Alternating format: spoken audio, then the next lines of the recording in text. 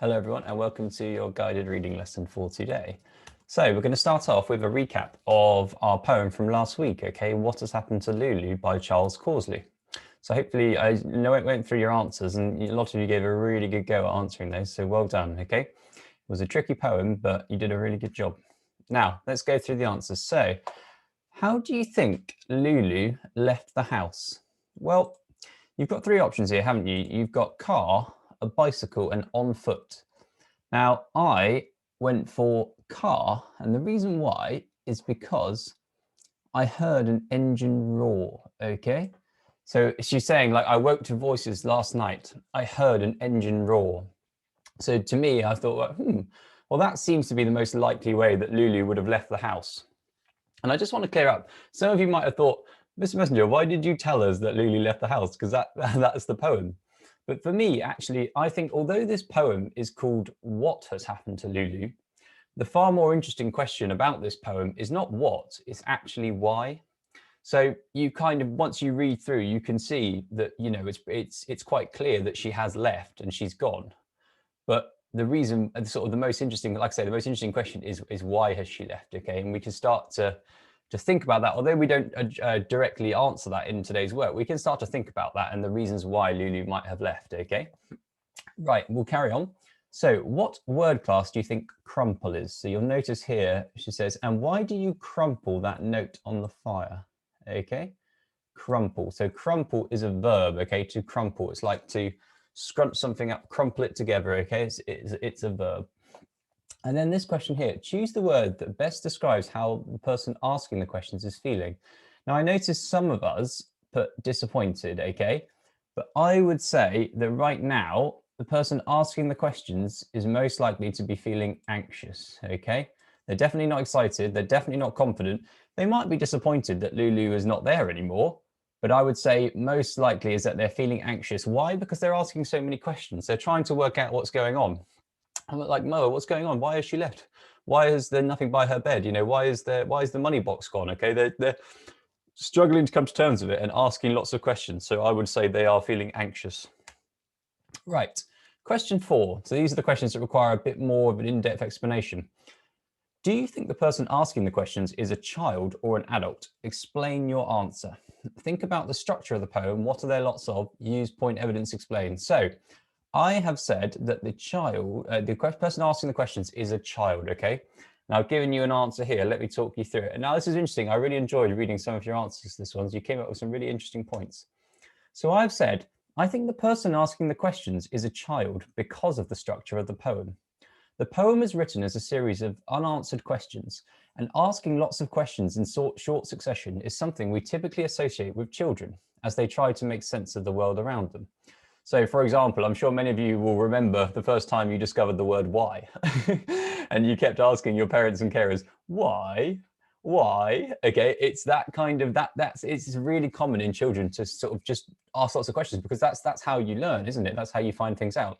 That's you're sort of satisfying your curiosity and you're trying to work out what's going on. And this child is clearly confused. They're clearly anxious, and so they keep asking questions and keep trying to work out what's going on.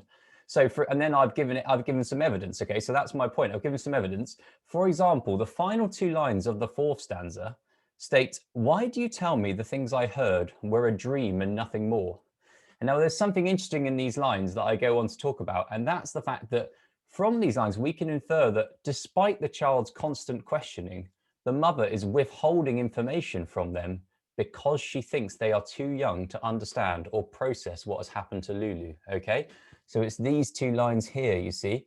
So not only are these questions like a child would ask, but we can infer from these questions that actually the mother doesn't want to tell Lulu, or no, sorry, doesn't want to tell the child because she thinks they are too young, okay? Which gives even more evidence to suggest and further backing up that it is a child asking the questions, okay?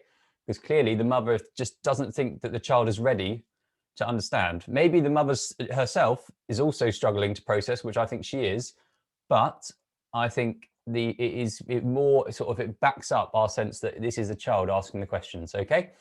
Now, question 5, why do you think Lulu's money box is missing? Well, I've said It's reasonable, and here it is on the poem here. Where her money box used to be, only a circle on the dusty shelf. Okay, so that suggests that it's gone. Okay, so I think it's reasonable to assume that Lulu's money box is missing because she knew that she would need the money to survive once she left the house. Okay, now all the evidence in this poem suggests that Lulu left in a hurry, doesn't it?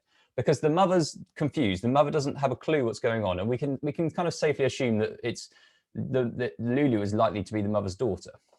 And if she's confused, you've got the window wide open, you've got the curtain flapping free, you've got these voices, you've got this engine, and then obviously the mother, you hear this, I heard someone cry, mother, in anger or in pain.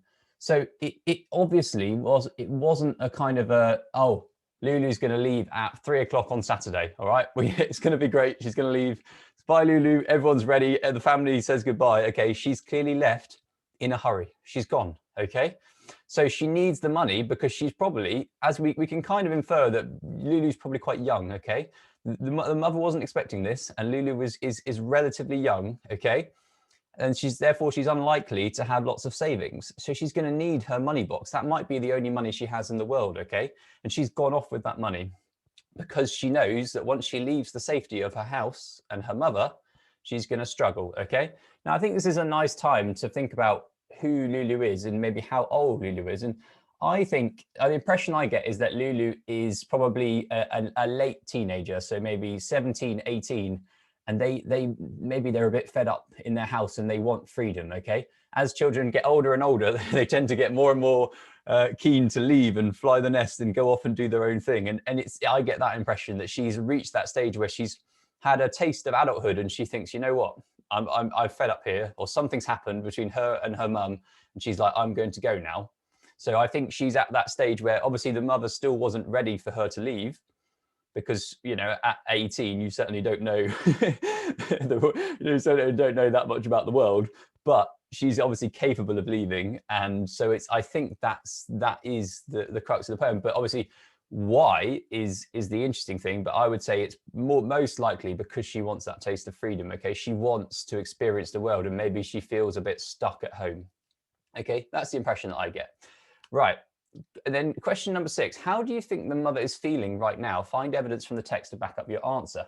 So here's what I've gone for. So I think the mother in the poem appears to be very anxious and upset. For example, the poem refers to, and why do teardrops fall? So let's have a look here. Why do teardrops fall? Okay, so the mother's obviously crying. Now, you can have tears of joy, of course, but we're not getting that impression, are we? We're very much getting the sense that these are sad tears of concern, of worry, of upset. Okay, and then you've also got, this is an interesting one. Why do you wander about as though you don't know what to do? Let's look at these 2 lines here. There we go. Why do you wander about as though you don't know what to do? Really interesting. Okay, because this shows that the mother was not expecting this. She's struggling, and this is what I go on to say, is this type of reaction indicates that the mother was not expecting Lulu, presumably her daughter, to leave, and that she is struggling to process what has happened. Okay, when people don't understand what's going on, they will often act in an unusual way, and they'll kind of be walking around just like they don't know what's happened. And it takes time to sink in. If this mother was not expecting Lulu just to run off and leave, it's really difficult for her to understand. Okay, so she's feeling very anxious, very upset, and we get that throughout the poem. And obviously the mother, you could have, I didn't want to overload you, but you could have also mentioned the fact that the mother is probably confused and scared and doesn't know how to explain this to who presumably is a very young child. Okay, the child asking the questions is very young and is clearly struggling to understand too, but the mother, it doesn't know how to explain to the child that Lulu has just gone. Okay, so she's clearly dealing with a lot of difficult emotions in this poem. And it is a fantastic poem because it really, although it's told through the sort of the eyes of a child, so to speak, as the child's asking the questions, it really does make you think, like I say, about that why has Lulu left. Okay, and it captures that mother's sort of whirlwind of emotions really nicely. Okay, so good, well done for giving those questions such a good go. And I am going to show you today's work. Okay, so today you have a choice. You have 3 different bits of sort of reading to do. Okay, but they're all space themed. Okay, so it's very exciting. We have a piece of fiction, we have a piece of non-fiction, and we have a piece of poetry, okay? And there's 4 questions to each one. Now, what I would say is, I'm not going to tell you which one you need to do. I would say try and do 2. See if you can get 2 done. Obviously, if you can do all 3, brilliant. But try and get at least 2 done. But it really is dependent on time. Like if you're taking a long time on the 4 questions, then don't worry. There's no need to do all 3 at all, okay? But I would say aim for 2, but go for the ones that you're interested in. I think it's nice to have a choice here, and you can go through it. So you've got an alien invasion, which is the fiction. You've got the giant hurricane found on Saturn. So for those of you, I know a lot of you love Saturn, so you should be interested in that one, okay? And then you've got a poem called The Watcher, okay? So take a look at those. The questions are all on the sheet. Have a go. And yeah, I look forward to seeing what you come up with. I will go through the answers with you. I will upload a video of the answers tomorrow. So you'll have those, because obviously it was half term, but you can go through those answers with me tomorrow, okay? Best of luck, and I will see you soon. Bye-bye.